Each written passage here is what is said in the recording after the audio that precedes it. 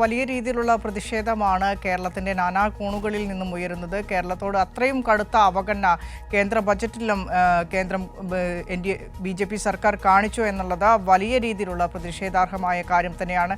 ഇക്കാര്യം തന്നെയാണ് മുഖ്യമന്ത്രിയും ഇന്ന് സൂചിപ്പിച്ചത്. വയനാട് പുനരധിവാസത്തിനായുള്ള പ്രത്യേക പാക്കേജ് ഉൾപ്പെടെ നിരവധി ആവശ്യങ്ങൾ കേന്ദ്ര ബജറ്റിൽ വേണമെന്ന് കേരളം ആവശ്യപ്പെട്ടിരുന്നു. പക്ഷേ ഈ ആവശ്യങ്ങളെ ആകെ നിരാകരിച്ച നിലപാടാണ് കേന്ദ്രം കാഴ്ചവെച്ചത് ബജറ്റിലൂടെ.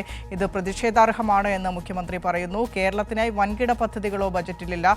കേരളത്തിന്റെ പ്രതീക്ഷകൾക്കെതിരായ അവഗണനയുടെ രാഷ്ട്രീയ രേഖയെ കേന്ദ്ര ബജറ്റ് മാറിയെന്നും മുഖ്യമന്ത്രി പറഞ്ഞു. വയനാട് പുനരധിവാസത്തിനായി പ്രത്യേക പാക്കേജ്, വിഴിഞ്ഞം തുറമുഖത്തിന്റെ ദേശീയ പ്രാധാന്യം അംഗീകരിക്കും വിധമുള്ള പരിഗണന എന്നിവയടക്കം 24,000 കോടി രൂപയുടെ പ്രത്യേക പാക്കേജാണ് സംസ്ഥാനം ആവശ്യപ്പെട്ടിരുന്നത്. എന്നാൽ അനുകൂലമായ ഒന്നും ബജറ്റിലുണ്ടായില്ല.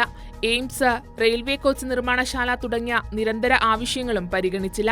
മറ്റു സംസ്ഥാനങ്ങൾക്കായി 25 ലക്ഷം കോടി രൂപ നീക്കിവെക്കുമ്പോൾ ഏതാണ്ട് 40,000 കോടി രൂപ പോലും കേരളത്തിന് ലഭിക്കാത്ത സാഹചര്യമാണെന്നും മുഖ്യമന്ത്രി വാർത്താക്കുറിപ്പിലൂടെ അറിയിച്ചു.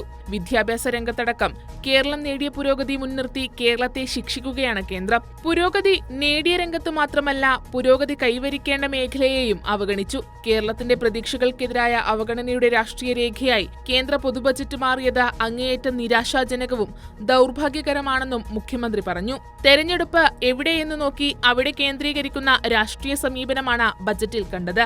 സമതുലിതമായ വികസനം എന്ന സങ്കല്പത്തെ തന്നെ ഇത് അട്ടിമറിക്കും. പണപ്പെരുപ്പവും തൊഴിലില്ലായ്മയും ദാരിദ്ര്യവും വർദ്ധിപ്പിക്കുന്നതും വികസനത്തെ മുരടിപ്പിക്കുന്നതുമാണ് ബജറ്റിലെ സമീപനം. സംസ്ഥാന താൽപര്യങ്ങളെ നിഷേധിക്കുന്നതിലൂടെ ഭരണഘടനയുടെ ഫെഡറൽ സ്വഭാവത്തെ ലംഘിക്കുന്നത് അങ്ങേയറ്റം പ്രതിഷേധാർഹമാണെന്നും മുഖ്യമന്ത്രി കൂട്ടിച്ചേർത്തു.